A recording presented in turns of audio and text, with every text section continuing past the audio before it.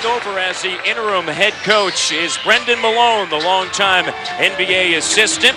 And he had some mixed emotions about taking over for Paul Silas. He said, listen, I was out of a job in the NBA, and Don Chaney made a phone call, and Silas hired him, and now he steps in for the final 18 games of the season. And for the Detroit Pistons, tonight they are led by Gar Hurd, who is taking over for Larry Brown. Of course, he is trying to return from hip surgery, expected to be back on Friday night at home against Indiana.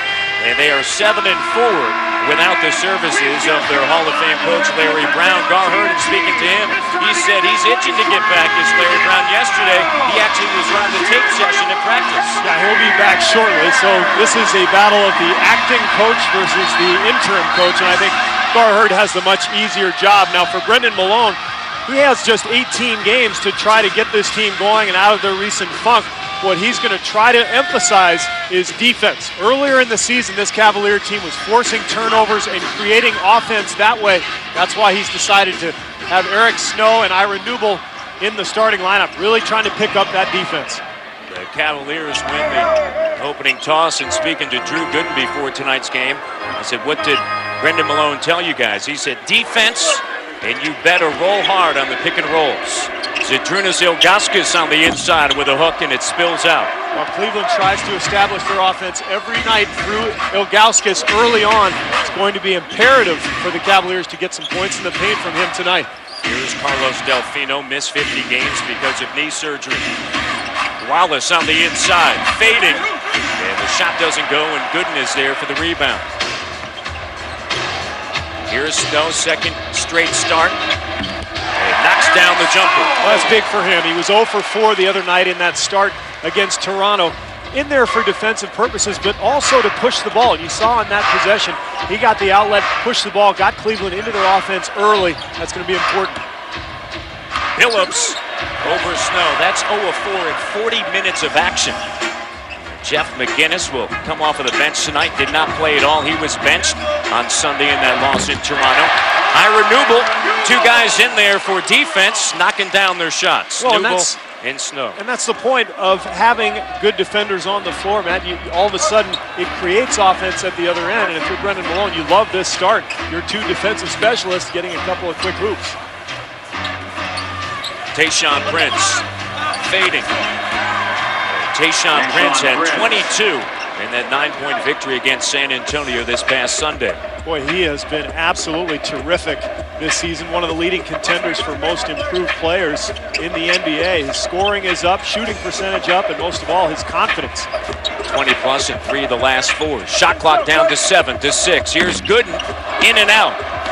Not really a jump shooter, although he does like to stretch it out a little bit. Better right around the rim.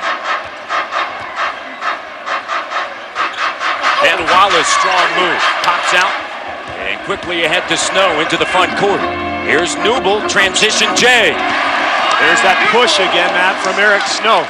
If he can provide that push, it's going to lead to easier jump shots for Cleveland. Remember, this is the 28th ranked three-point shooting club in the NBA, so they're not a team of good perimeter shooters. That's why it's important to defend and push the ball. 32% on the season. Their best three-point shooter is actually LeBron James at 36%. There's Delfino knocking down the jumper. No, LeBron James probably doesn't know Delfino too well, although he did play against him in the Olympics when Delfino was with Argentina, but he's an excellent shooter, just hasn't shown it yet this year, hasn't gotten a lot of playing time. Selected back in 2003 with the 25th pick overall. Here's Prince stretching it out. And Gooden, another rebound.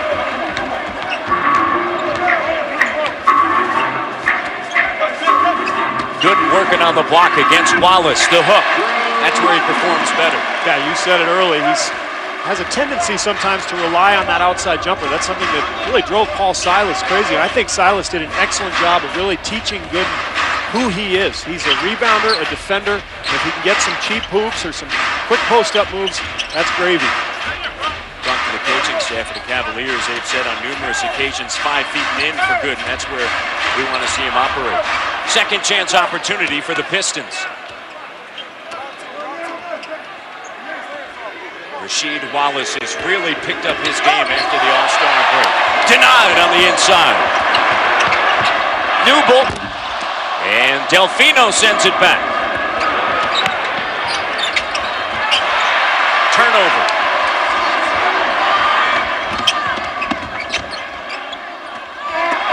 Ilgauskas and Wallace got a piece of the hand and a foul, his first. Matt, I think turnovers are critical tonight. These two teams have played twice, splitting the season matchup so far. And in the first game that Cleveland won, Detroit committed 18 turnovers.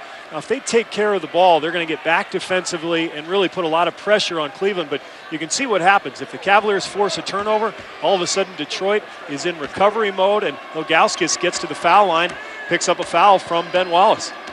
Ilgauskas on the season an 80% free throw shooter, and the first doesn't go. The first meeting between these two teams back on November 24th, and the Cavaliers did win right here at Gund Arena, 92-76. They then met on December 16th, and the Cavs lost to the Pistons 81-69. They were held to just 6 points in the third quarter. This is what Detroit does to people, and this is what they've done recently. They're starting to play the type of defense that made them champions a year ago. The game, Matt, they had about a week ago against Utah. They didn't score a field goal in the fourth quarter. Detroit did not, but they still won the game. That's the type of defense they play. It was a low-scoring affair in the 60s. Prince with 4 on the shot clock. The cutter, Delfino, extra pass.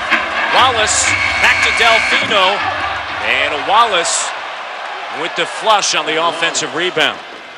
Well, offensive boards are key. Now, these are two of the best rebounding teams in the NBA, and obviously two teams that struggle to score at times, especially from the perimeter. So offensive rebounding is going to be key for both teams. Detroit already with a couple.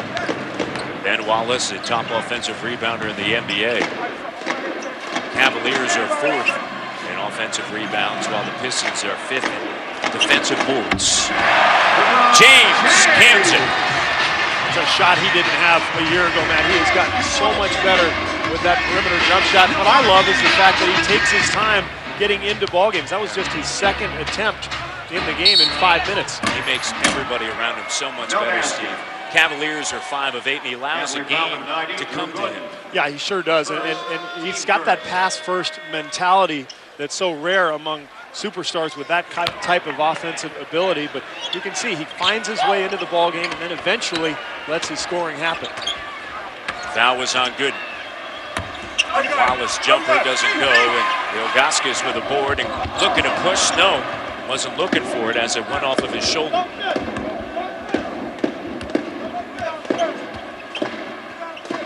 Okay, Sarah James looking. Give it up, as you just mentioned. Down to 7 on the clock. To 5. Over Delfino. And Wallace claws it down. You know, it might not seem like much, but that possession was doomed from the start when LeBron James and Snow had the misexchange on the outlet as Wallace gets the slam. But it's so important for Cleveland to push the ball, get the ball up court, because when they're in a half-court situation against this Detroit team, they're at a huge disadvantage. Well, it's what Brendan Malone told us before the game. He said, we don't want any standing around and just everybody watching LeBron. We want to pass the ball.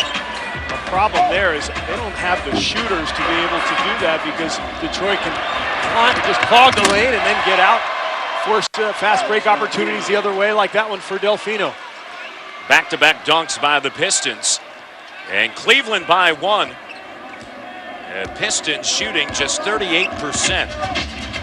While the Cavaliers are at 50%, 5 of 10. It's been a good start defensively. This is exactly what Brendan Malone wanted. A tougher defensive effort, something this team has not had, losing 9 of its past 12 games. Ilgauskas with the jumper. Too strong, and here's Billups. Billups on the season averaging 17, had 25 against San Antonio. And a blocking call on Ira Newble. Timeout on the floor, a full timeout. And the Cleveland Cavaliers by 1, 11-10. Carlos Delfino off and running in his first start.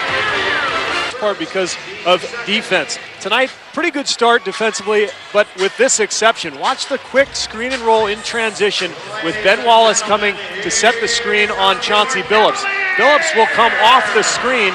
Now, we'll take a look at Ilgauskas jumping out right here as he's supposed to do. The problem is, take a look at the weak side defense by Cleveland. These guys are responsible for sliding over and cutting off the lane. They do not do so. Little bounce pass to Ben Wallace. Easy slam dunk. You've got to protect the basket on the weak side defensively, especially on those drag screen and rolls in transition. And Cleveland's got to do a better job of that. Right now the Cavaliers showing a little bit of zone up top. And R.Wallace knocks down the J. So many teams now, Matt, come out of a timeout and play a zone defense. They know that the opposing coach is probably drawing up a play for a man-to-man defense, so they try to thwart that. That time the Pistons come out and execute very easily against it. James fading, drills it. And LeBron James 2 of 5, 4 points early here in the first quarter. Offensively right now, Cavaliers essentially getting what they want. Prince hands it back to Billups. Delfino inside the arc. And Snow pushing with numbers, and Newble with the slam. There's that quick push again. Anytime you can play solid defense in the half court and get a quick outlet, this makes offense so much easier. Defensive-minded backcourt now is a combined 4 of 4 for 8 points. Prince gets by Newble. Wilkauskas with the help. And a foul underneath. Well, this is what we were talking about earlier. If you can force a missed shot or a turnover and get the ball quickly to your point guard, like the Cavaliers do here with Eric Snow, all of a sudden, you've got numbers, and that tremendous half-court defense of the Pistons is totally nullified. Foul was on Newble, his second. And Ira Newble in conversation with Brendan Malone. Quick start, 3 of 3 from the field. Been a lot of talk here in Cleveland with the firing about the rotation, Matt, and Brendan Malone said, look, I'm not going to do a whole lot of things differently, but I'm going to try to get everybody into a spot that they're comfortable with. I'm going to try to really emphasize defense and experience, and that's why you'll see Lucius Harris coming off the bench and Tractor Trailer. The younger Cavaliers on the bench will probably sit there for a little bit. That includes Sasha Pavlovich as well as Yuri Welsh, who was won over in a deal with the Boston Celtics. He told us, hey, listen, we have 4 twos. 4 shooting guards. The numbers just don't work out. Yeah, he said if you try to keep them all happy, then none of them are happy. So he'd rather try to keep 2 of them happy. Prince driving over, good, no. Offensive rebound, put back, got it. Prince on the inside. Just another facet of his game that he's improved. Just so much more confident. It's been really fun to watch his development. A very natural progression for a young player who spent 4 years at Kentucky and has a great understanding of the game. Gooden jumper. And Gooden connects. He's 3 of 4 and a quick start, 6 points and 3 rebounds. How about the start for Eric Snow? 2 points and 5 assists here early in this game, looking very comfortable. Wallace the turnover. Lindsey Hunter just checked in, went for the strip, and Newble right to the rack. I think he likes his new role. That's now 7 fast break points for Cleveland to just 2 for Detroit. So this game is being played at the tempo that Brendan Malone wanted.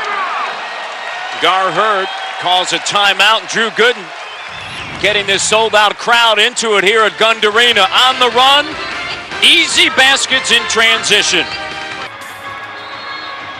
Less than 3 weeks after taking ownership of the Cavaliers, Dan Gilbert made a major decision yesterday, firing Paul Silas. Dan, there's an impression from afar that perhaps you're showing a lack of patience. Why was this change necessary?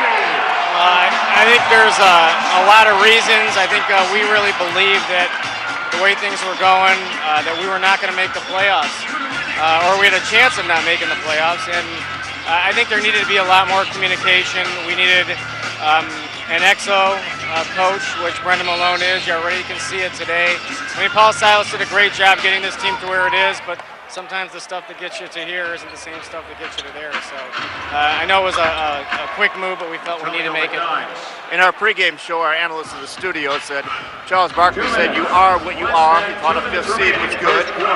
Magic Johnson said he's afraid that the people in the front office have the impression that the team is better than it is. And Kenny Smith went so far to say it's based on preseason expectations that perhaps this team is overachieving at 34-30. Why will this coaching change make the team better? Well, I think that this team actually is a good team. I'm not sure the expectations were too high. I think that with the right coaching and with the right communication and the right chemistry on the floor, I mean, look, LeBron can't do it himself, no matter how good you are. We saw that with Michael Jordan in the early years of his career. So I think early in the year you felt when they were on the floor with anybody that they had a good chance to win, and I'm hoping to get back to that here. You mentioned the lack of communication, lack of defined roles. We all know Paul Silas is a proud and honorable man, but as an owner, did you find him at times to be self-assured and stubborn? You know what, I think he's a proud guy. I think he's a confident guy. I think he's smart too, but he has his ways, and I think that, he wanted to do things the way he wanted to do things, and he has a right to do that when you're the head coach, but we have to go with what we thought was best, and we thought Brendan Malone was best. Is Brendan Malone a short-term fix, or does he have a chance to be back here next year? Well, we named him head coach, and we'll see how the rest of the season goes. We're certainly going to evaluate everything and everybody at the end of the year. So it's a tough decision. Best of luck. Thank you. Thank you, Matt. All right, thank you very much, Craig. Detroit down by 3. Lindsey Hunter on the drive. McDyess jumper. And Wallace trying to keep it alive for the Pistons, and he does.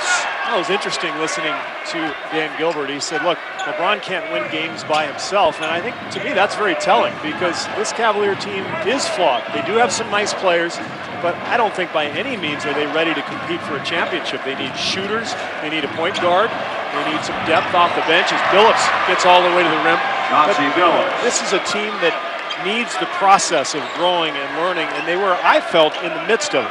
Now, obviously, Gilbert and Jim Paxson felt that there were some other circumstances that needed to be addressed, but it just shows that these days in the NBA, that process, that winning process that Brendan Malone experienced in Detroit in the late 80s as an assistant for Chuck Daly, just is usually not allowed to occur. Brendan Malone, the 5th coach in 5 years here at Cleveland. It's tough to get into that process when you've had that many changes. And we've got 9 teams that have changed coaches this year, Denver twice, and it's been interesting, the last month, of course, Minnesota and Orlando kind of both went through this thought that, well, we changed coaches and all of a sudden we're going to make a playoff push. James misses at the buzzer, but it's not that easy. It's tough to all of a sudden step in and make the playoffs. Detroit made a push at the end of the first quarter. However, the Cleveland Cavaliers, under interim head coach Brendan Malone, lead by 1 at home against the world champion Detroit Pistons. Welcome back to Gund Arena here in Cleveland, Ohio. The halls of Gund Arena, and at the end of the first quarter, the Cavaliers lead by 1. And Steve, something that Brendan Malone mentioned, you mentioned it as well, the ability to get out and run, leading in the fast break category of 7-2, certainly key. Well, it starts from defense, and I've been impressed with Cleveland's defense most of the night. Maybe a little bit of a lull at the end of the quarter there, and if you're Detroit, you're happy that you're within 1. The Pistons, out of that timeout, made 3 of their final 4 shots of the first quarter. On the floor for the Cavaliers, Robert Traylor, Lucius Harris, Anderson, Varejao, James, and Jeff McGinnis in his first game off of the bench this season. Remember, he was benched in the last game, the loss at Toronto. And Harris, a weak side rebound. For the Pistons, Prince, McDyess, Wallace, along with Hunter and Billups, in a foul as James was driving. This is an area, Matt, that I think LeBron James has improved dramatically. Getting to the foul line, he was 14 for 15 the other night in Toronto. A year ago as a rookie, I don't think he understood how to use that strong body of his. Now all of a sudden he's figuring it out. He's drawing contact, he's forcing the issue when he has the advantage, and he's getting to the line more and more, which is a sign of a great player. Since the All-Star break, he's averaging over 10 free throw attempts a game. Such an advantage as a scorer to be able to get to the line, because for a guy like LeBron, he doesn't have to make a jump shot, and he can still get 30 points. He can get about 15 from the line and 4 or 5 layups and dunks. He should be probably the leading scorer in the NBA many years before his career is finished. Right now, fourth in the NBA, 26.3. The dish on the inside. Ben Wallace. From McDyess to Ben Wallace. And speaking of Gar Hurd prior to tonight's game, he told us in the first quarter we want to control the tempo. I don't necessarily know that they did up until the end of the first quarter. They didn't. Cleveland had a few runouts that really led to some easy buckets, but they're getting better control of this game now and letting their half-court defense go to work. James drills it, and a second chance opportunity. It's a 2. He has 8 points. Stunning, really, to think of his development. I mean, I know the hype has been there, and everybody says he's lived up to the hype. He's more than lived up to the hype. He's exceeded it and improved in so many ways. Now, you look at his numbers. He's averaging 26.3, 7 rebounds, 7.4 assists, 2.2 steals, and you have to remember, here he is at 20 years of age. Only 4 players in the history of the NBA have averaged 25-plus points, 7 or more rebounds, and 7-plus assists. And those names, all you got to say is to Big O, Havlicek, Bird, and MJ. I mean, not bad company. Right. And the scary thing is he can get a lot better, especially at the defensive end of the floor. We just saw him get lucky at the other end with Prince mishandling the lob pass because he was beaten backdoor pretty badly. Shot clock down. And a bailout. McDyess fouls Veragio, and James hustles over. They help him up. Now the Big O, Oscar Robertson, he did do it 6 times. 6 times. It's the Big O. Yeah, he is the Big O. National coverage of the NBA continues tomorrow night on ESPN. It's Detroit at Philadelphia, followed by Dallas at Golden State. Coverage begins at 8 o'clock Eastern. Thursday on NBA TV, it's Dallas at Sacramento. Coverage begins at 10 o'clock Eastern. And then Sunday on ABC, it's Houston against San Antonio. And coverage starts at 1 o'clock Eastern. A lot of good games coming up. How about our second matchup here tonight? Miami at Houston. The Van Gundy brothers going at it. Shaq and Yao. It's going to be fun. T-Mac and Dwayne Wade. Look. Tell you what, Shaq and Dwayne Wade, they've been special this year. Incredible. What a combination they've formed. You talk about getting to the foul line. Both of them go to the foul line more than 10 times per game. That's why it's so difficult to create any kind of tempo against Miami. They're living at the line. That is why the Pistons, despite having a better record at this stage of the season than a year ago, right now are second in the Eastern Conference. Lucius Harris, short corner. Shot doesn't go, tapped out. And Carlos Arroyo coming into the contest had 13 against San Antonio. And he's getting that shooting touch back. Yeah, had a real struggle there for a couple of weeks before that Spurs game, so it's good to see him knocking down a few jump shots. It's always very difficult to make that transition, especially as a point guard, from one offense to another. Of course, Utah's offense very different from Detroit's. A tough transition for him. Ronald Dupree. James gets by him, reverses, fading, plus the foul. My goodness. How did he do that? That's the drive baseline. He gets around Dupree. A little screen there from Traylor, and then McDyess doesn't quite get out to cut him off. And then I guess I'll just jump in the air, spin around, and then knock down a little fadeaway jump shot. Gliding right underneath the iron. That's one of the toughest shots in the game. Not necessarily the fadeaway. Obviously, that's tough. But that little baseline 5-6 footer, it's a shot we used to practice in San Antonio every day during shoot-around because it's one of those in-between shots, and you can master that one. That shows a pretty good touch. That's 11-7 here in the second quarter. Rasheed Wallace over Veragio. Shot doesn't go. James quickly ahead. Pistons get back. McGinnis over Dupree. Speaking of that floating in between shots, Jeff McGinnis is one of the best in the NBA.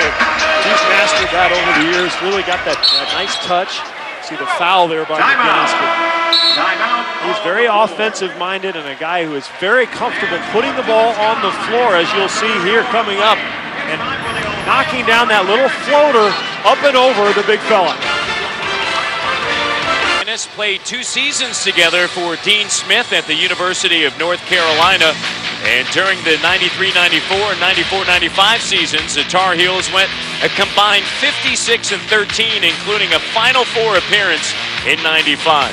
Wallace left for the NBA following that 94-95 season, where he was chosen 4th overall by Washington. As for McGinnis, he declared for the draft a year later and was taken by Denver in the 2nd round. And there they are, former Tar Heels, having a conversation about that Villanova game coming up. And of course, McGinnis may have played a role in the coaching change. Yeah, not overtly, but we see Lindsey Hunter missing at the follow by Wallace on cue. But McGinnis did not play last game. He started 61 games for this team and all of a sudden was relegated to the backup role, and last game did not even enter the contest. He was not told by Paul Silas as Harris misses the shot, and that was one of the things Dan Gilbert told Craig Sager. The lack of communication was a problem for the ownership. And with more on that, we send it over to Craig. There had been discussions between General Manager Jim Paxson and Paul Silas about those roles. Paxson wanted to see Eric Snow play more. At Saturday's practice, at the end of the practice, Jeff McGinnis said he was tired and didn't want to finish the practice. Then on Sunday, he had his name in the starting lineup, but then Silas decided not to play him at all and perhaps overreacted and did not play at all. Remember, 56 points by LeBron, 40 minutes by Eric Snow without a point. A lot of the teammates, including LeBron, wondered openly why McGinnis did not come in and at least give them a spark and score a basket or two. So perhaps Steve is right, that could have been the end of the beginning. Yeah. LeBron James had 48 minutes over the last 3 games. He's missed just 3 minutes. He's played that much. Sasha Pavlovich on the floor at the other end. Dupree lays it up and through. This game is picking up, isn't it? The pace is picking up dramatically, and I know Brendan Malone would like to see that same defensive effort he had from this club in the first quarter. Here's Jeff McGinnis, former Tar Heel, rises, fires, shot doesn't go. And Wallace with the rebound along with Arroyo, Hunter, McDyess, and Dupree. Down on the block, McDyess, averaging 9.9 points a game. And Varejao jumps into him. McDyess, the veteran, baited him a little. Foul number 17, Anderson Varejao. McDyess team second. will head to the free throw line. What a pickup Antonio McDyess was for Joe Dumars. He has been so solid after undergoing 3 surgeries in just 19 months and really not playing at all for the past 3 years. Now all of a sudden he's healthy, he's active, he's coming off the bench, he's among the league leaders in field goal percentage, and he's providing stability off that bench for Larry Brown and Gar Hurd. Had 12 points in the victory against San Antonio, and over the last 3 games, averaging 9.5 rebounds. And the second free throw doesn't work for the 68% free throw shooter. He's also the type of person you want on a championship-type team. He's not going to complain about minutes. He's going to play his role. He's going to work hard, be an excellent teammate. That's something that Dumars has done an excellent job of here in Detroit, building with the right kind of people. Shot clock down to 5. And last touch by the Cavaliers. And Mark Wunderlich with an emphatic call going the other way. I don't know if the fans are more upset with the call itself or the emphatic nature. Leaving no doubt whatsoever. Pistons on a 9-2 run since LeBron James went out of this contest. McDyess underneath. The denial. McGinnis. High pick and roll. And McGinnis is fouled by Arroyo. And with 5:43 remaining here in the second quarter, Anderson Varejao with the big denial. Arroyo the no-look. McDyess denied. Hi, I'm LeBron James of the Cleveland Cavaliers, and I love this game. Tied here at Gund Arena, third meeting between the Cavaliers and the Pistons. Rip Hamilton sprained his left ankle in the victory against San Antonio. He had 11 points in 28 minutes and spoke to him before the game and asked him how that ankle was feeling. He said, not good, it's hurting. And he was hobbling down that hallway. Yeah, he'll miss tomorrow night's game in Philadelphia, and he's hopeful for the Friday affair against the Pacers in Detroit. Fortunately for the Pistons, it was not nearly as serious as the sprained ankle of Tim Duncan in the same game. And wow, does that change everything in the West if Duncan is out for quite a while, as it appears he will be. Speculation up to 4 weeks. And for Rip Hamilton, of course, their leading scorer at 19.3 points in the first 2 meetings against the Cavaliers, averaging close to 25 points. But Wallace connects from downtown, and Rasheed Wallace, prior to that shot, it was 11 for his last 23 from beyond the arc. He has such a beautiful stroke, and for a big man, 6'11", to step that far out onto the floor, it just is a matchup nightmare for opposing defenses. Pavlovich has the ball taken away by Rasheed. Ahead to Dupree, bobbling. Cavaliers ball. And it made it tough for Delfino through his fingertips. Let's take a look at Rasheed Wallace stepping out on that screen and roll. A good 2 feet behind that three-point line. It's about a 26-footer. And look at him holding that follow through as most good shooters do. He's got textbook form. Pretty rare for a guy 6'11". Beautiful feed from Marajau to Lucius Harris. Harris on the inside. It's a big bucket for him. He has struggled with that perimeter shot. And anytime you can get a cheapie, a little easy one as a shooter, makes that rim a little bit bigger on that perimeter shot the next time around. Shooting just 34%, 39% in fact on the season. Wallace second chance, shot clock down over Ilgauskas. Tapped out. Arroyo second chance. Drills it. Well, Harris wanted the foul, and the crowd wants the foul too. He thought he had good defensive position or rebounding position, but as Detroit often does, they knocked a ball loose and came up with an offensive rebound. One of the best offensive rebounding clubs in the NBA. And they're plus 12 in the second chance points category. Plus the foul. And Pavlovich will head to the free throw line. This is a very talented young man. The young Pavlovich, about 6'6", 6'7", very athletic. Can put the ball on the floor, as you see there, and the finish with the left hand. Brendan Malone earlier telling us he has high hopes for this guy. He's a terrific young talent. Yeah, Pavlovich, a player that, and speaking to Brendan Malone, thought quite possibly the minutes weren't going to be there, but early on here tonight, they are. And you see how he was acquired in the expansion draft and sent for a draft pick. Well, he's come in and done a nice job for Cleveland, which has allowed Malone to keep LeBron James on the bench here a little bit. You talked about earlier the fact that James played 48 minutes against Toronto, so this is key for them to get him just a few minutes of rest and build the confidence at the bench. Wow, this shot doesn't go. Strong side board for Horatio. Here's Pavlovich out of the wing. 3:28 remaining here in the second quarter. Cavaliers by 1. They have led by as many as 7. Turnover. Delfino quickly ahead. Looking for Prince, and it's batted out of bounds. A poor post feed there by McGinnis, but if you're Brendan Malone and you say, look, we would have 1 point out of Ilgauskas late in the first half and be ahead by 1 point, we'd feel pretty good about ourselves. And so far, Cleveland has done a nice job of making up for that lack of offensive production from their all-star center. Timeout on the floor. A look at downtown Cleveland, and the Cavs lead by 1. Welcome back to Cleveland, where a few moments ago, owner Dan Gilbert emphasized to us that Brendan Malone is the head coach of the Cavaliers, and he is not in that position on an interim basis. For the time being, he is the head coach.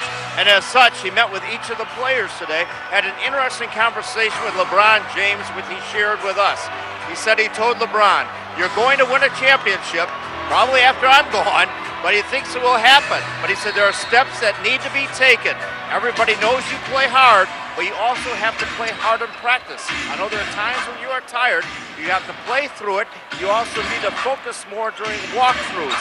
He also then threw an analogy to Michael Jordan, talking about how Jordan used to be eliminated by the bad boy Pistons. Finally, in 1991, Jordan, after having the pain through those Pistons elimination games, came back, worked all summer on a weight program, and during the Eastern Conference Finals in '91, eliminated the Pistons in 4 straight, and then went on to win 6 titles. So Brendan Malone defining LeBron's role as well. All right, thank you very much, Greg. Ilgauskas on the inside. Great advice. Great advice, and that's that process that we talked about a little bit earlier, Matt, where Detroit went through that same process before the Bad Boys won their championships. They'd lose to Boston every year in the playoffs. And young teams have to grow, and they have to learn from their pain, and I don't know if NBA teams are allowed to do that these days. It seems like coaching changes are made so quickly that that process never quite happens. Foul there on Varejao. And of course, the winning edge. He said you got to have the winning edge as we check in with Ernie Johnson down in Atlanta. Ernie? All right, thank you very much. You see Tayshaun Prince at the free throw line. Brandon Malone, 19 years as an assistant, of course, an assistant under Chuck Daly in Detroit. The Bad Boys back-to-back titles, and he was brought into the NBA by one of the greatest teachers of all time, Hubie Brown, with the New York Knicks. What a great conversation we had before the game with Malone. Just so forthright with us and very, very sensitive about the issue with Paul Silas, knowing that Silas brought him here. Phillips missing the three, and Ilgauskas with the rebound, but sensitive to the fact that he's taken over for a friend who gave him an opportunity, and reluctantly so, really. Newble with the offensive rebound. Varejao, jumper, in and out. Cavs still holding on to a one-point advantage with 1:33 remaining here in the first half. Wallace with 9 points. Working on the block. Goes up strong. And he draws contact. He'll go to the free throw line. Foul number 17, Anderson Varejao, his second. Well, Varejao picks up his second, and you can see Detroit going right at the young fellow who's very active and a terrific rebounder, but Rasheed Wallace has such an experienced edge over him, so he's going to be able to put the ball on the floor, get around him, maybe draw a pump fake, and get to the foul line on. 65% free throw shooter. He has raised his game. He knows when it's time to raise his game. After the All-Star break, averaging close to 17 points, close to 10 rebounds, shooting 48% from the field prior to the All-Star break, averaging 13.6 points, 7.9 rebounds, shooting 41%. He knows when to get that body going. He does. He's a veteran, and he's starting to pick it up. But those numbers were very revealing. He's a 49% shooter for his career, just 43 this season. I think it's a sign that occasionally Wallace tends to sneak out to that three-point line and forget what a force he is inside. Pistons with the advantage by 1. Here's Newble to regain the lead. Last touch by the Pistons, and Cavaliers have possession of the basketball. Now the question is, did that ball hit the rim? And apparently not. The shot clock is going to remain at 7, so Cleveland will have to come up with something quick here. Here's McGinnis. Miscommunication with Ilgauskas on a bad pass. Arroyo behind the back. Wallace! Phillips saves it. Recycled shot clock. Looking for Prince. About Arroyo, you know, Joe Dumars, when he picked him up, he said he's automatically our most creative player. And you saw it in one possession there. 2 terrific passes, and only Wallace had made that dunk. He made for a highlight reel play. Picked up back on January 21st in a deal with Utah and sent Elvin Campbell to Utah, along with a future first-round pick, and of course, Campbell back now in Detroit. James, see the differential. Game clock, shot clock, 7 seconds.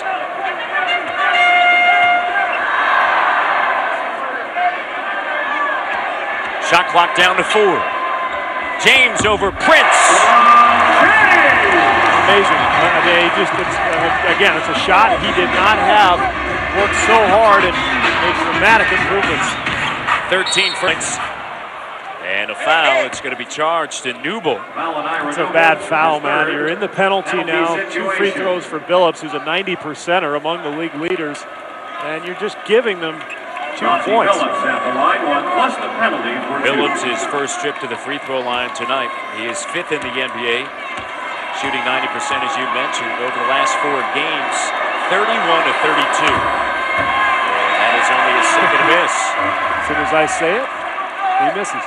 He's had 20 plus in 4 straight. And tonight just 1 of 3 with 2 points.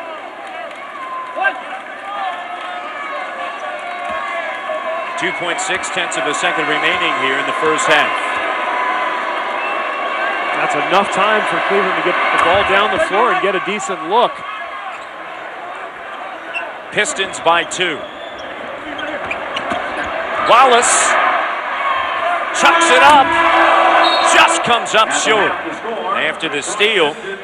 And the Detroit Pistons, who trailed by 1 at the end of the first quarter, lead now by 2 at the end of the first half, 47-45. LeBron James with 13 points in the first half, and Prince 12 points in the first half. And let's send it over to Craig Sager. Craig? Well, Tayshaun Prince with a dozen points, also the tough job defensively having to guard LeBron James. How tiring is it out there?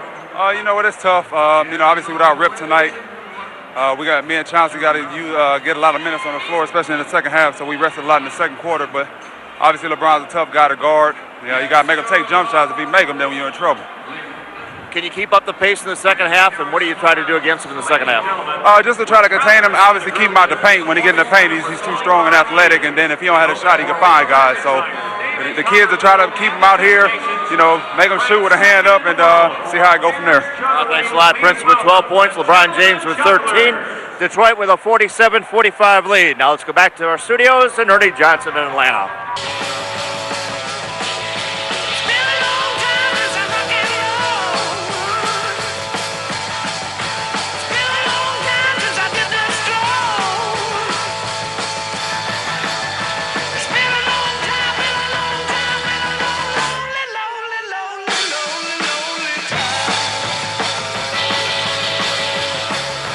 Welcome back to Cleveland. The Pistons have been rolling. They've won 5 in a row entering tonight's game as they lead here by 2, 47-45, while the Cleveland Cavaliers are looking to get on a roll. Matt Devin alongside Steve Kerr. And Steve, you look back on the first half, your impressions? Well, I thought Cleveland played a pretty good first quarter. They shot 50% for the half.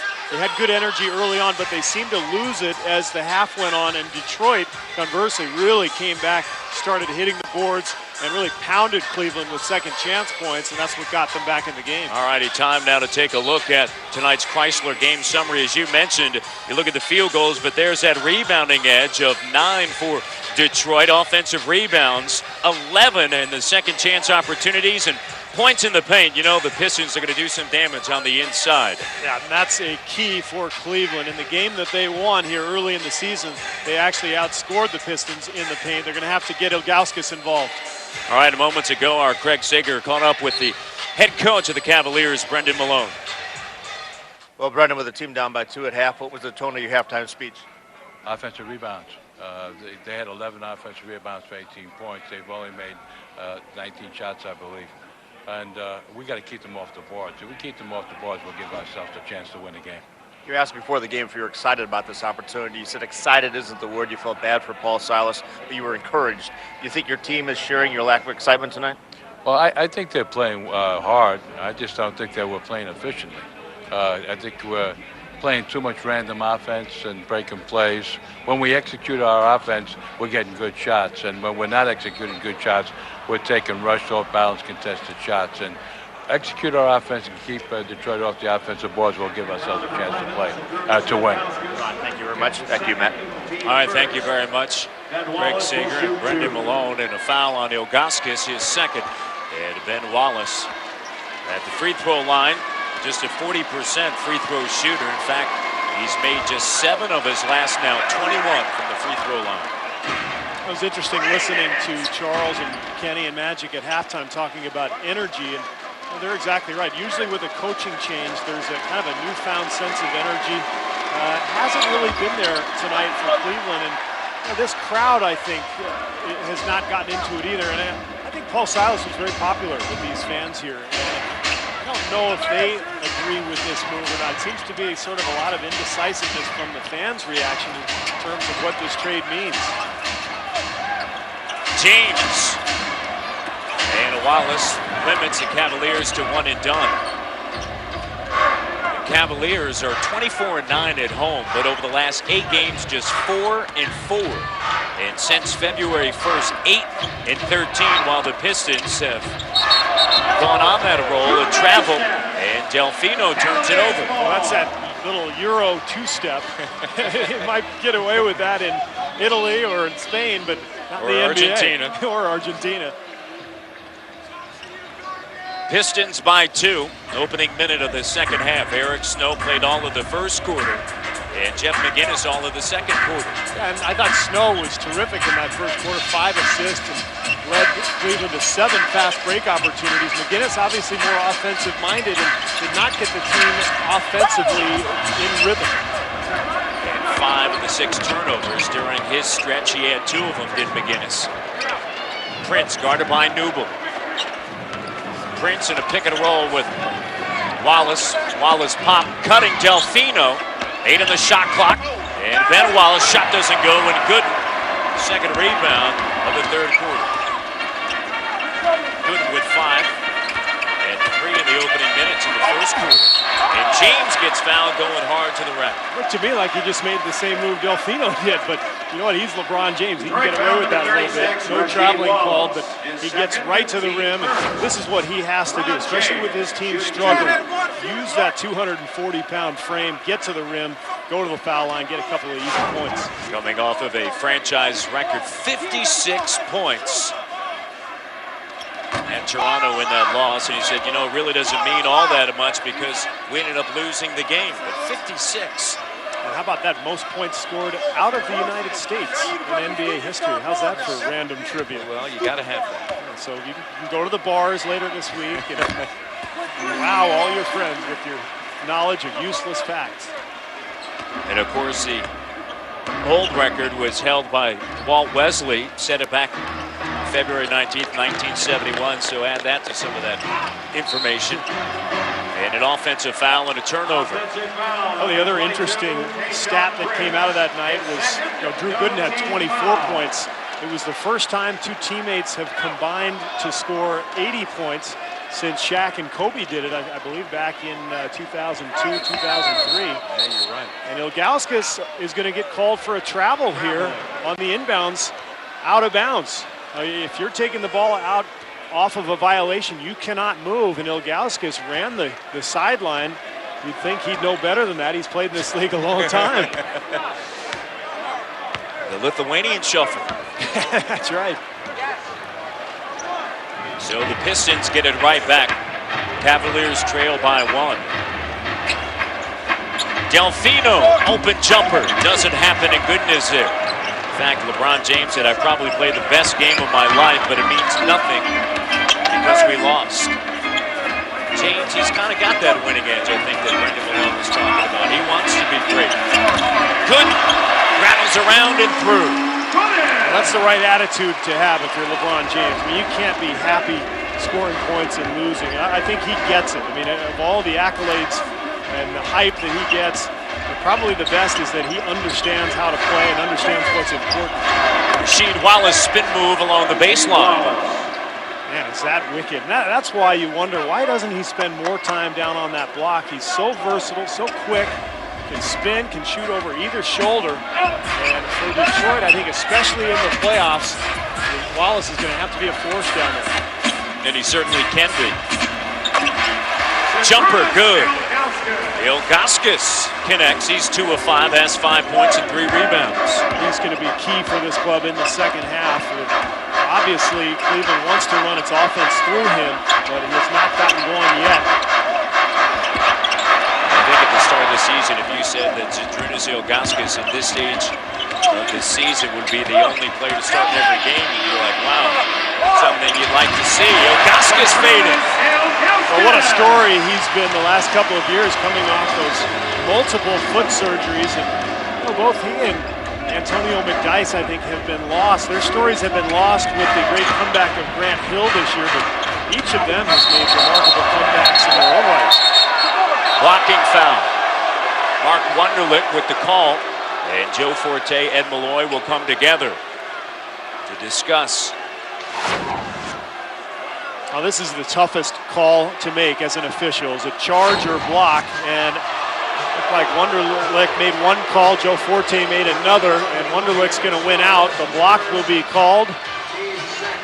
And second team foul. Detroit will take the ball out of bounds. Snow, his first. Cavaliers by 3, 52-49. Just wrapping up that Zydrunas Ilgauskas note. Over the last 2 years, he's missed only 2 games. The 4 previous years, a total of 205. Incredible comeback. And a free agent at the end of this season. He's put himself in position to make quite a bit of money.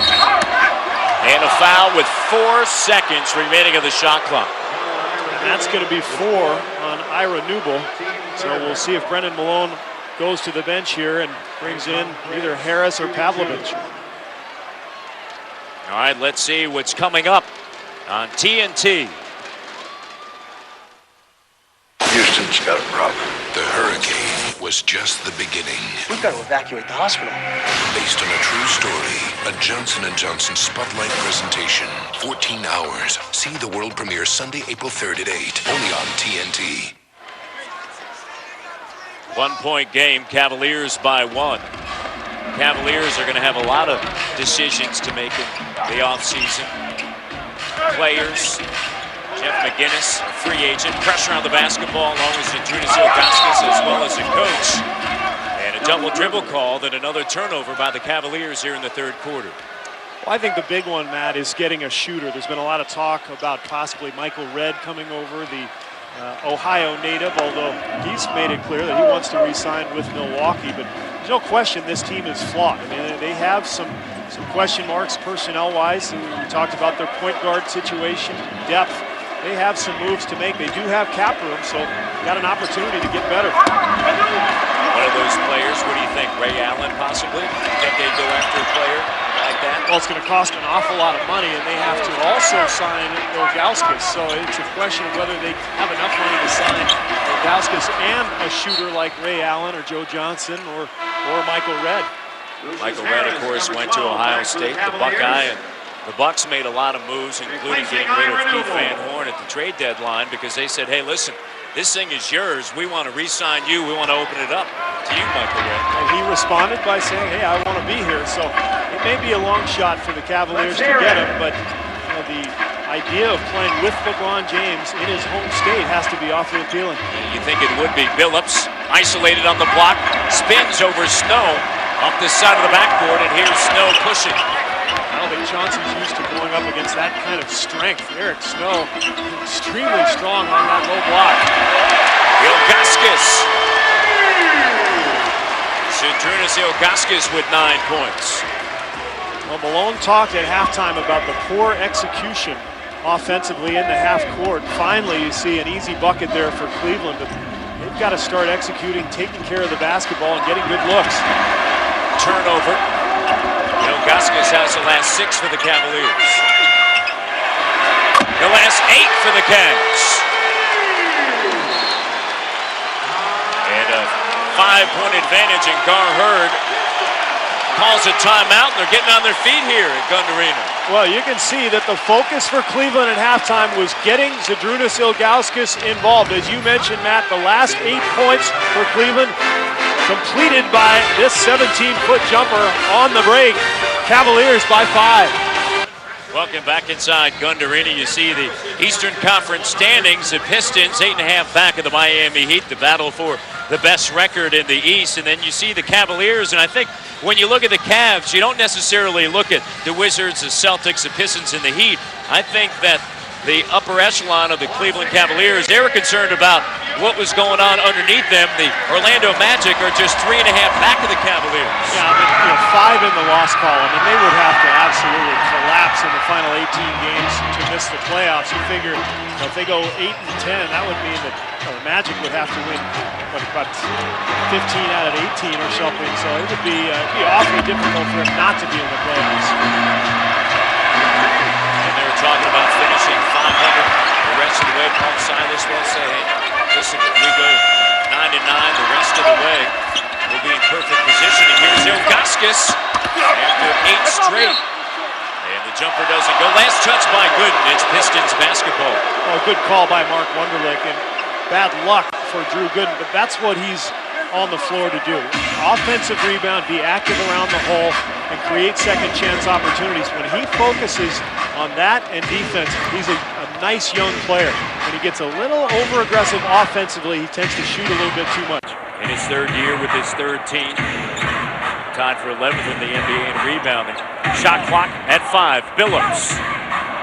And Snow has really gotten Billups off of his game. Over the last 4 games, he's averaging 25.5 points. James fouled by Prince, and LeBron will go to the free throw line. Well, we're seeing better rebounding now by Cleveland. Remember, really, Detroit took it to them in that second quarter especially and had that huge advantage in second chance points. But Cleveland now has a 7-2 advantage on the boards in the second half, and we have a technical on Chauncey Billups. A great week, but a frustrating night tonight for Chauncey Billups, who is 1 of 5. Eric Snow has done a job on him. And Billups gets charged with a technical foul, and James misses the shot. Well, you'll see Billups reaching in here, and this call could have been made on either Prince or Billups. But I think Chauncey was more upset at the other end when he went up for that jumper. Thought he got hit on the arm. Of course, remember he complained about the defense of Eric Snow on the block about 2 or 3 possessions ago. So it's been a very frustrating quarter here and game for Chauncey Billups. Garherd taking over tonight for Larry Brown. Billups 4 straight 20-plus point performances as James misses another free throw. This is what you were talking about, Steve. Yeah, at the other end, he goes up, and watch, as he goes up, looks like James reaches in. I thought he got a piece of the ball, certainly looked like it, but Billups felt like he was hit on the arm. So it's been a frustrating night for a guy who, as you said, Matt, has been absolutely on fire. Eastern Conference Player of the Week. LeBron James now 2 of 5 here in the third quarter from the free throw line. See if the Pistons can get a little more movement offensively. They've been stagnant here in the third quarter. A lot of standing around, and Gooden will be called for the foul. That's his second, and the team's 4th with 5:10 remaining here in the third quarter. Gooden with 8 points and 8 rebounds in 19 minutes of action. Lindsey Hunter on the floor for the Pistons, driving, cut off by Ilgauskas. Offensive rebound, Ben Wallace, and a foul on Eric Snow. Foul on Snow, smart play, because he knows that Ben Wallace is struggling from the foul line, and he probably had a little point-blank chippy. So excellent foul. That's knowing your personnel on the floor.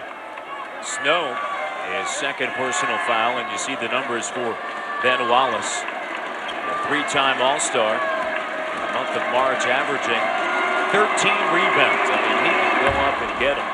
Second in the NBA, and that free throw works. He was 4 of 6 from the free throw line against San Antonio. He had 8 points and 9 rebounds in the 9-point victory. And a rarity, he gets both, a 40% free throw shooter. What a terrible foul by Eric Snow. I mean, come on, what are you thinking? I was agreeing with you the entire time. Really. Let's hear it. Snow gets it back in the lane. Lucius Harris misses underneath. Quickly ahead, here's Billups. Spills off the front of the rim. And it's Cavaliers basketball. The Cavs able to get back in transition. Well, they got lucky. Billups normally converts those. Excellent maker of layups. He's so strong, can use either hand, and usually finishes that play easily. Now just 1 of 6 from the field.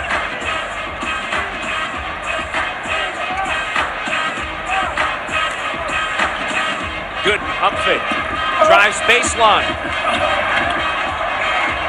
Here's Hunter sprinting ahead.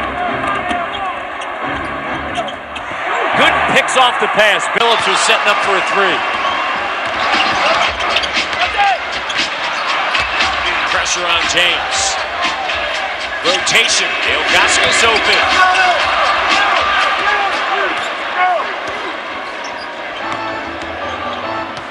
Cavaliers shooting 47% from the field. The Pistons 36%.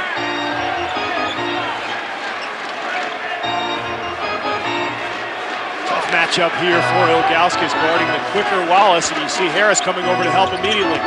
Hunter, 1 on the shot clock. Shot clock violation. Little indecision on Lindsey Hunter's part. deciding what to do. Man, I just feel like both teams are standing around an awful lot. And you know, when you get movement and you get a good push up the floor early and the ball starts moving, all of a sudden there's a rhythm to the offense. Neither team has any rhythm going right now. This game is kind of coming to a grinding halt. Well, the Pistons are just 1 of 10 here from the field in the third quarter, and they've turned it over 5 times. That'll help it in getting it into a grinding halt. James connects.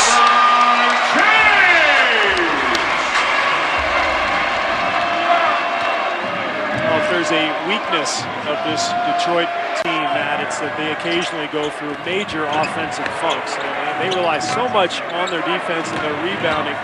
But if they can't score, there are going to be times in the playoffs where they're going to really struggle, especially against a good team like Miami. 25th in the NBA in points scored, 2nd in points allowed. James coming alive. 7 of 16 from the field. He has 19 points. Well, Gar Heard's going to get a timeout here. Nice little push by Cleveland, coming mostly from James in transition. You'll see the pull-up here. This is an area he has improved so dramatically with. Stop on a dime, a little behind-the-back dribble, knock it down the 15-footer. Arm has been anxiously awaiting this moment as he sits flu-stricken at his New York home. But LeBron James was absolutely phenomenal the other night, scoring 56 points on an array of drives and dunks and jump shots. And his performance was absolutely phenomenal, but it came in a losing cause. So what I was wondering about is, when was the last time an NBA player scored 56 or more points in a game and lost? So the answer is, you want to take a guess? No, I don't want to take a guess because I already know the answer. But go ahead, it's all you. There he is, Mr. Jordan. 64 points in a loss to Orlando back in 1993. Of course, you weren't there. I was not there. I was not part of that team. That ain't right. That's why they lost. Well, that's why, yeah. I would have contributed solid floor play that would have helped lead the team to victory. And Steve Wonder's my favorite part of the broadcast. I've been looking forward to that all day long. I've been wondering myself, quite frankly. I had a feeling you were. 61-53, Cavaliers holding on to their largest advantage. And Detroit here in this quarter just 1 of 11 with 5 turnovers. And Brendan Malone talked to Craig Sager about rebounds, out of rebounding the Pistons of the Cavs, 10-6. Prince drills it. Well, Prince is in a position now where he is no longer just allowing other players to take control. He's feeling more and more confident with his game. And right now, Detroit has 3 bench players on the floor. Look for him to be more assertive. And a nice pump fake by Gooden draws the foul from McDyess. McGinnis on the floor for the Cavaliers along with Harris, James, Ilgauskas, and Gooden will head to the free throw line. There's Antonio McDyess along with Hunter, Arroyo, Wallace, and Prince. Gooden on the season, a 79% free throw shooter, has had back-to-back double-doubles, 24 and 10 against Toronto, and then 13 and 12 against Philadelphia. National coverage of the NBA continues. Tomorrow night on ESPN, it's Detroit at Philadelphia, followed by Dallas at Golden State. Coverage begins at 8 o'clock Eastern. Thursday on NBA TV, it's Dallas at Sacramento. Coverage begins at 10 o'clock Eastern, and then, of course, on Sunday on ABC, it's Houston and San Antonio. Coverage starts at 1 o'clock Eastern. 2 minutes. Less than 2 minutes remaining, third quarter. 5 of the shot clock. McDyess has it. Pop in and out. And Prince with a fresh shot clock. Goes to work. Prince back to the rack. Well, there he goes again, and we talked about it. The aggressiveness is there this year. And now with these bench players on the floor for Detroit, remember this bench has been much maligned recently, Matt. Prince is really looking to be aggressive and trying to help his team close out the quarter in a strong fashion.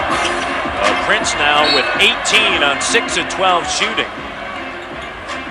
We're here at Gund Arena. Top 2 teams in the Central Division, the Detroit Pistons, winners of 5 straight. The Cavaliers, their first night without head coach Paul Silas, Matt Devlin, Steve Kerr, and Craig Sager. Cavaliers lead by 6. And a whistle and a foul. Nice pass by Arroyo, and Matt, I think this is a much more important game for Cleveland than it is for Detroit. The Pistons look like they're locked into that second seed in the East, but for Cleveland, obviously, they've been in a bad spell recently. It's this man's first night coaching, and they go on the road. Their next 2 games are in Houston and Dallas, so a very difficult schedule coming up. This is a huge getaway game before that little road trip, and Cleveland would love to right the ship tonight. And you look at the Cavaliers, 11 of their final 18 against playoff caliber teams. That is huge as you take a look at the last 12 games. And opponents' points, that's something that Brendan Malone talked about. We got to crank it up on the defensive end. Well, this team was good offensively early on because they were forcing turnovers and creating offense from their defense. They've gotten away from that, and that's what Malone is focusing on here these last 18 games. And if they get it going, well, they can still get the 4th seed and a home court edge in the first round. Dropped in a Marv on them. Did I say Marv? You did. You're missing him so much. The denial. Put back. And it's good. Matt, I'd like to sincerely apologize. Well, you obviously miss him dearly. What an insult to you. I can survive. I'm trying to. You take a look at the Cavaliers, Steve, and I think one of the concerns, you go back to January 1st, and they led the Central Division by a game and a half over these Pistons. Arroyo doesn't go, and Hunter is there. Well, they had a very easy schedule early on. They played a lot of losing teams. They have not fared well against winning teams on the road. They only have 1 victory this year on the road against a winning team. So all of a sudden the schedule gets tougher, and Prince comes in for the slam. So Cleveland's got a tough road ahead here as we head down the stretch.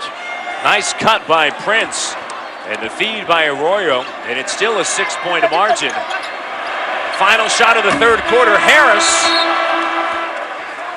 And the Cleveland Cavaliers, who trailed by 2 at halftime, now lead 65-59 as they head to the 4th quarter here in Cleveland. The top 2 teams in the Central Division after 3. The Cavaliers on top of the world champion Detroit Pistons. A view of the Rock and Roll Hall of Fame here in Cleveland, and the Cavaliers trying to end a 5-game roll that the Detroit Pistons came into town with. Second best record in the Eastern Conference, 42-23, and the Cavaliers have dropped 9 of the last 12. Coming up next, it's Game 2 of tonight's NBA doubleheader on TNT. Shaquille O'Neal, the Miami Heat battle Yao Ming and the Houston Rockets, followed by Inside the NBA, presented by Hyundai. Well, Matt, I think it's an important start to the quarter here for Cleveland. Remember, this unit that is in now struggled in the 2nd quarter. Detroit shut them down, as you see the foul by Varejao. But remember with the stat we looked at, Jeff McGinnis came in the 2nd quarter, struggled to run the club and get them into a fast break mode. And Eric Snow did a nice job there in the 3rd quarter as well. Can McGinnis come in, try to get this team back into rhythm and hold off this Detroit team? Because you know they're going to be defending this final quarter. McGinnis along with Araujo, Ilgauskas, Harris, and James. McDyess hands it off to Prince. Prince in the 3rd quarter, 3 of 4, 8 points. The rest of the team, 1 of 14 in the 3rd, total of 4 points. Hunter. Lindsey Hunter unable to connect from outside. 0 of 3. He has 5 rebounds. James. Here's McGinnis. Jumper in and out. And McDyess with the boom. It's a good look for McGinnis, so nice job on the screen and roll by LeBron James finding the open shooter. McGinnis just 1 of 4. Hunter. And a foul prior to that shot attempt. And the foul is on Lucius Harris. That is his 3rd. It'll be Pistons ball, side out of bounds. Make it his 1st.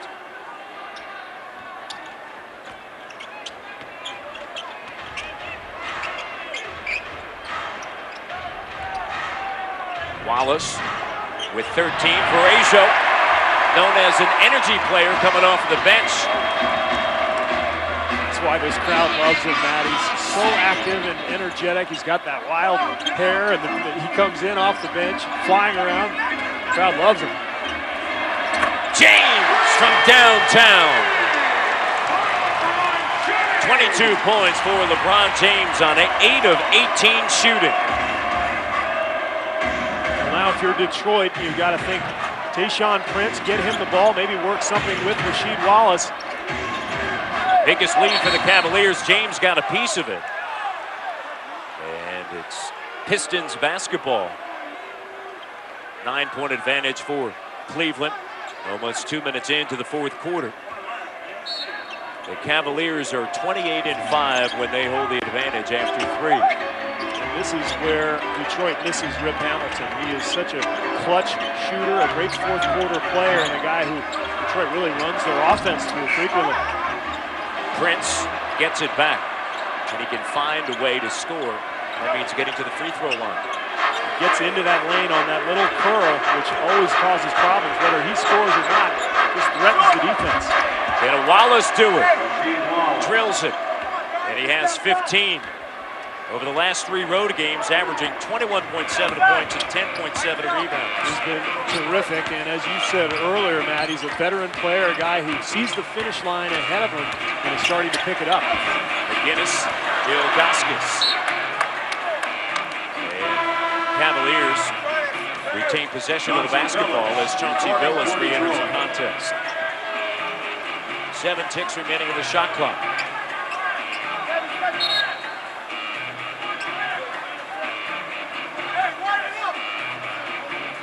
Well, LeBron's going to take the ball out. You'd think that they'd like to get the ball back to him quickly, maybe a little quick dribble handoff. With this shot clock running down, he's the one most likely to be able to create something.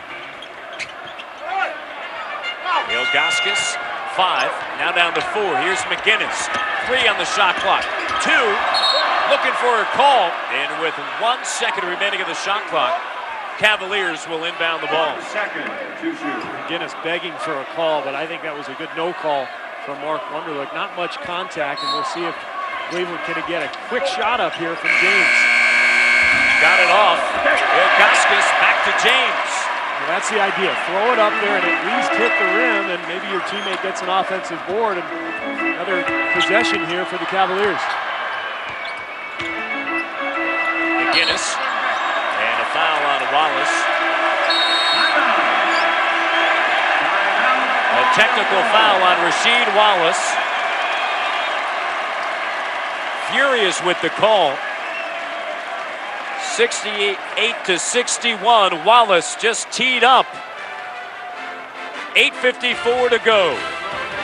Welcome back to Cleveland. The Pistons are down 7 despite 8 points and 13 rebounds by Ben Wallace, who is enjoying somewhat of a homecoming as he returns to Cleveland. Although he grew up in Alabama, he went to a camp that was run by Charles Oakley, a Cleveland native.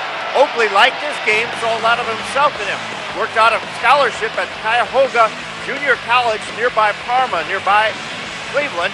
And that's where he played for a couple of years. Then Oakley befriended him again and got him a scholarship at Virginia Union, which of course is where Oakley starred as well. So the two have been very close ever since, and every time Ben comes by the Cuyahoga Junior College, the basketball team is always here in attendance, rooting for their native son. Yep. Great story, Craig. And Ben Wallace, of course, undrafted out of Virginia Union, which is a superb Division II school. An incredible success story, Ben Wallace is. You know, he bounced around this league and he's really turned himself into the all-star player that he is now. I mean, you could see by those highlights from junior college, didn't have a lot of offensive skills, but has just become a defensive dynamo, a monster on the boards, and really kind of embodies what this Piston club is all about. A franchise leader in blocks for the Detroit Pistons in his 5th season in Detroit, 9th overall in the NBA. Varejao, and he runs into McDyess, and McDyess will be called for the foul. Been a very frustrating evening defensively for McDyess. That's his 4th foul. He's gone for a lot of pump fakes from the young Varejao, and normally a veteran like McDyess knows better to keep the feet on the floor, make the guy shoot over you, but he's been very shot block happy tonight. Anderson 56% from the free throw line. NBA TV is your all-access channel for everything basketball. Tune in every morning to NBA TV Daily and NBA TV Fantasy Hoops for an in-depth recap of tonight's exciting NBA highlights and fantasy implications. NBA TV all day, all night, all basketball. Arroyo to Wallace. Trailer on the floor for Ilgauskas. 7 on the clock with the left hand. Doesn't go, and Varejao is there for the rebound.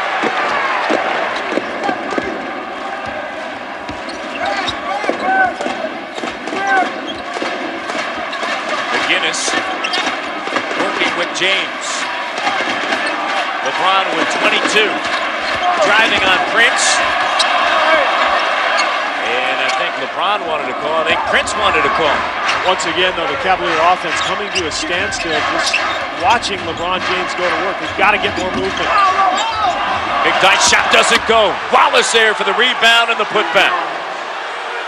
17-7 for Rasheed Wallace. Crowd not enjoying that reaction from Rasheed after the putback, and they're letting him hear it.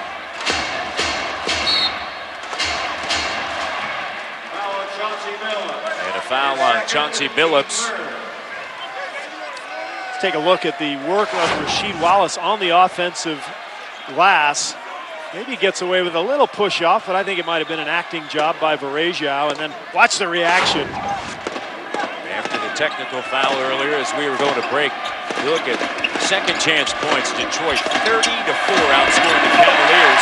Harris streaking to the bucket, lays it up and through. Has 6 points off of the bench for the Cavs. And a much-needed bucket for Harris, who has struggled with that outside shot. Actually heard a few boos here tonight.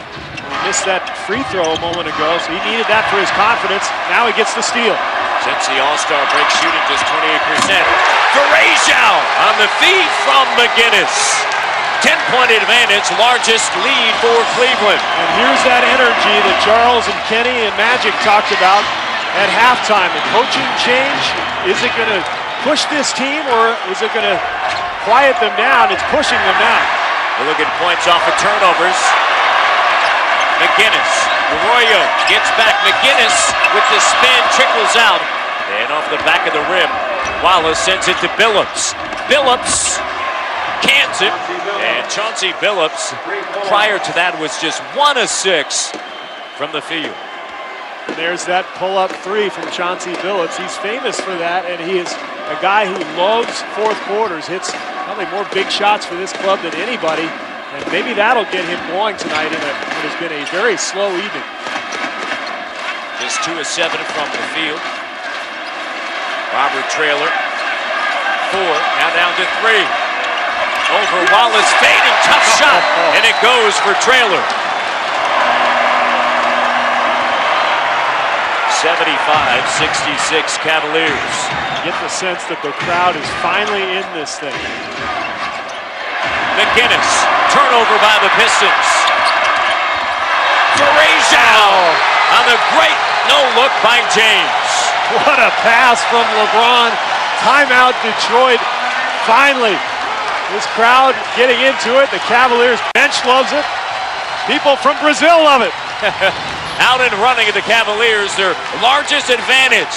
The dish by James and the slam by Varejao. Welcome back to Cleveland. The largest lead for the Cavaliers. They've outscored the Pistons 32-19 here in the second half. Oh, it's been a huge output from the bench. Look at the slam from Varejao off the beautiful feed from LeBron James. Remember, this is a bench that has been much maligned, and a lot of the complaint from ownership and from Jim Paxson with Paul Silas was that he hadn't established roles. That's something that Coach Malone is really trying to do here as he winds down this final month of the season. And you look at the numbers, 22 bench points tonight, just 1 the other night in Toronto. So a nice little push here from the Cavaliers bench, and they've helped extend this Cavalier lead to 11. Detroit with the basketball. Put back. And it doesn't go, and a foul prior to that. And let's send it down to Ernie Johnson in Atlanta in our studios. Ernie? All right, thank you very much. Looking forward to that matchup. Wallace at the free throw line. The foul was on to McGinnis. surprising that Wallace is shooting just 65% from the line this year. He's an excellent shooter, got terrific form. But, you know, it happens sometimes, Matt. You get a little bit cold from the line, and all of a sudden you lose a little confidence, a little rhythm. And Wallace has fallen out of rhythm for much of the season here. 65%, not nearly good enough for a shooter of his caliber. And the Pistons 22nd in the NBA, 74% from the free throw line. Of course, that's brought down by Ben Wallace, who shoots 40%. Under 10 of the shot clock. James with 6 on the shot clock, down to 5. Has to hurry. And Phillips knocks it out of bounds. 4 seconds. And 4 ticks remain on the shot clock. Once again, a lot of standing around for Cleveland, and they're just hoping that LeBron James can bail them out. But against this Detroit defense, it's going to be awfully tough. Trailer chucks it up, tapped by Horatio. Pavlovich on the floor for the Cavaliers.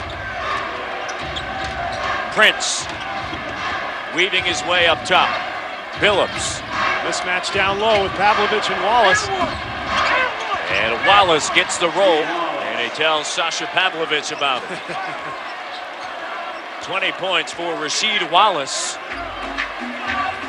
He's got to be very careful. He's already got the one technical, and you know, these days it doesn't take much to get a T from an NBA official, so he's got to watch that mouth a little bit. And he wanted to call 5, now down to 4. Oh, come on. And LeBron James, 25 large tonight. He is putting this team on his shoulders and just carrying them. Coming off of career-high 56. His previous career-high 43. That was against Detroit back in November, and a chant of MVP.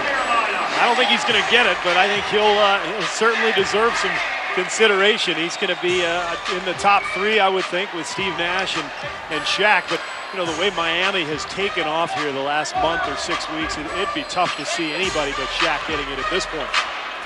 We were talking about it earlier, a month ago. Steve Nash at the forefront now.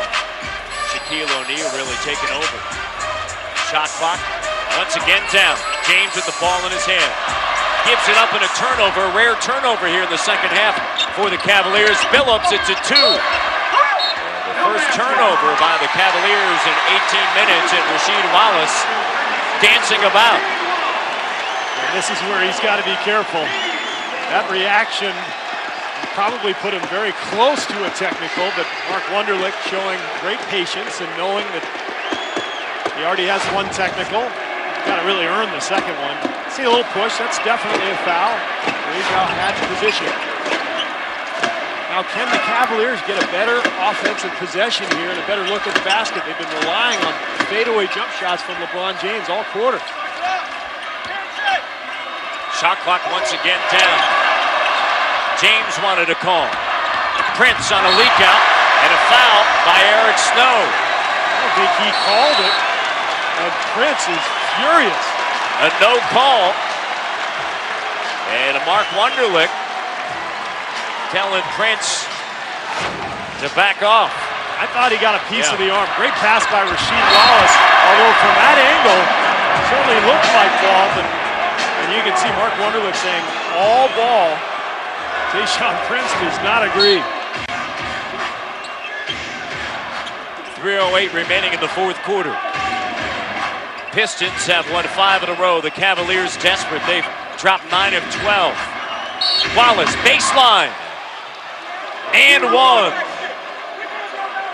That's going to be more on Borreja, who has done a terrific job defensively here in the fourth quarter. And you'll see the spin move from Wallace. Looks like he gets a piece of the elbow. Wallace will go to the line. Now with 3 minutes to go, Wallace can pull his team within 8. Cleveland has to continue this terrific defense they've been playing and this great energy that they've had in this second half. And if you're Detroit, where do you find points? They struggled to score all season, but without Rip Hamilton, they've got to go through Wallace and Tayshaun Prince and maybe Billups. There's Rip Hamilton. Rasheed Wallace with 9 of his 22 here in the fourth quarter. And a foul. And it is on Ben Wallace. Getting a little testy out here, Matt. His second. Both teams will be in the penalty now, the final 3 minutes. Varejao to the free throw line. He's a 56% free throw shooter. Came off of the injured list back on February 28th. He was out 18 games with a sprained left ankle. It was a high ankle sprain, wasn't it? I think it was. Flu-like symptoms. When he gets to the offensive glass with 4 or more offensive rebounds, the Cavaliers are 7-0, and that's what Brendan Malone was talking about. It's good to have his energy back. Yeah, Jim Paxson earlier this season actually described him as sort of a Dennis Rodman type rebound mentality guy. And it's so crucial for any team to have energy off the bench, and particularly when it leads to rebounds, it's hugely helpful to a team. Newbold closes out on Prince. Picks it by Wallace. Prince in the lane. Gets the roll. Tayshaun Prince going strong to the hole. 22 points for Prince. That is 20 plus in 3 straight and 4 the last 5 games for Tayshaun.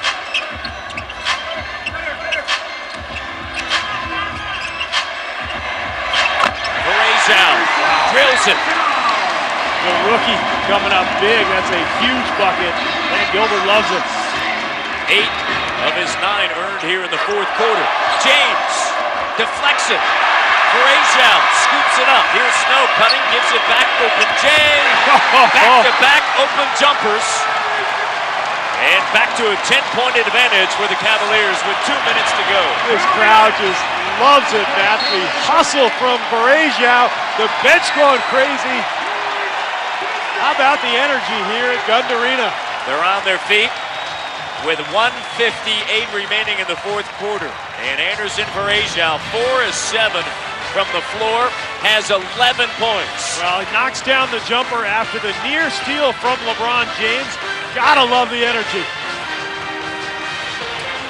The Cleveland Cavaliers own their largest advantage, 85-73. Matt Devin alongside Steve Kerr, and the defense of the Cavaliers has really turned it up. 15 turnovers by the Detroit Pistons, and has led to 21 points off of those turnovers. Well, in the pregame show, Charles and Kenny and Magic and the guys talked about the energy. Or actually at halftime, they said, where is that energy after the coaching change that usually happens? Cavaliers have finally come up with the energy they've needed, and they've been absolutely terrific defensively here in the second half. Wallace silences the crowd. 3 points. A 9-point game. If you're Cleveland, you can't stop playing. You can't just hold the ball and run the shot clock down. You've got to continue to try to get a little rhythm offensively here. It has also been the productivity of their bench, outscoring the bench of Detroit 27-11. James with the strong left hand has 27. Excellent half-court possession. That's the first time in a long time we've seen Cleveland do that. Malone out of his chair, out on the court, directing his defense. Prince driving. Shot denied. And Newbold will slow it down and hands it off to Snow. Now you slow it down. 11-point game. You run the shot clock down. And you get the ball to LeBron and let him go to work. Fans back on their feet here at Gund Arena. Snow delivers it deep in the post. Ilgauskas is fouled, an 80% free throw shooter. Well, they've come up big tonight, Matt. The Cleveland players, you know, we talked about this early. When there's a coaching change, it's up to the players to make it work. They responded. Eric Snow with 10 assists and another beautiful feed there that has put Ilgauskas at the line. Ira Newbold, good defense.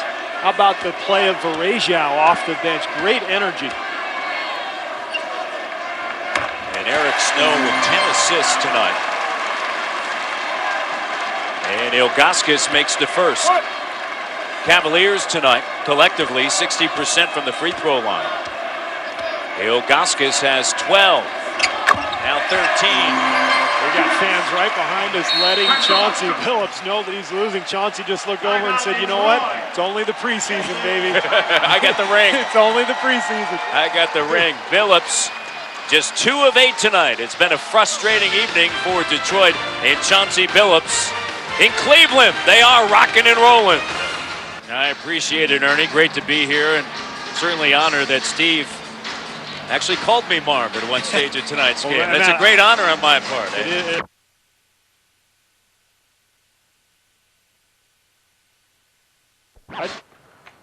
It's important to say that this has been the best telecast we have had all season, man. No question about it. Take a look at that game coming up. You know, Miami obviously is going to run away with the top record in the East, but with San Antonio, with the injury to Duncan, Phoenix has lost a couple of games recently. Now they're looking like they're going to run away with the top record in the NBA and secure home court throughout. Well, speaking of running away, I was a little bit concerned coming into tonight. You ran off Kazar, Mike Fratello. Now Marv Albert's gone. Get it straight. Marv is the one who does the running off. Arroyo fading over Snow. Tough shot. And Newble is there collecting the rebound. Another terrific night for LeBron James. 27 points, 6 boards, 6 assists, and great defense by Cleveland in the second half, completely shutting down the Pistons. Marco Milicic in for the Pistons. Dupree up top. James over Dupree. Oh my! 29 for LeBron James. You know, I thought he'd be a good shooter eventually, but not this quick. He's 20. He's in his second season. Shooting 48% from the field on the season as a rookie, 41%. The final seconds of tonight's game, and for the Cleveland Cavaliers, they played the second half like you would have expected them to play early on in this game. Yeah, they didn't come out with that same energy that you'd expect after the coaching change, but they sure picked it up in the second half, and then they just rode the shoulders of LeBron James. The Cleveland Cavaliers end a 5-game winning streak held by the Detroit Pistons, and the Cavs improved to 35-30. And Brendan Malone, the head coach now for the Cavaliers, gets the victory. Of course, was former head coach of the Toronto Raptors. And let's send it over to Craig Sagers, joined by LeBron James. Well, LeBron at halftime, you guys were down by 2, but getting killed at the boards. People in our studio said lack of energy. What the heck happened in that locker room? Well, we just told ourselves that we had to come out, man, with the energy and the aggressiveness that we was going to get them off the backboard. They had 18 second chance points off 11 offensive rebounds in the first half, and that's what killed us, and we just cut down on that in the second half. In the game in Toronto, you had a record 56 points, but your bench was outscored 34-1. Tonight they came up with 27 points compared to Detroit's 11. How did you feel about getting so much more support from your teammates? Well, if we can do that, we're going to have a great chance to, fight for a home court advantage. If we can get that off our bench, it's going to be great for me, it's going to be great for the team, it's going to be great for the city of Cleveland. Obviously, you were the marked man by a great defensive team tonight. Talk about how you're able to put up 29 points and lead the team carried on your shoulders. Well, I just wanted to be aggressive. I know down the stretch I was going to have to make big shots for us to win the game. And I came up with big shots in the fourth quarter and helped us prevail this win. The management said that they did not consult you about the coaching change. They didn't feel that was fair to put that on a 20-year-old shoulder. But what did you say to Brendan Malone tonight after the win, and how do you feel about the move? Well, man, he did a great job tonight. He got us in the right positions, offensively and defensively. And, I'm just proud of the way he coached tonight. And, I'm proud of the way our team played for him tonight. It was a great win. All right, congratulations. All right.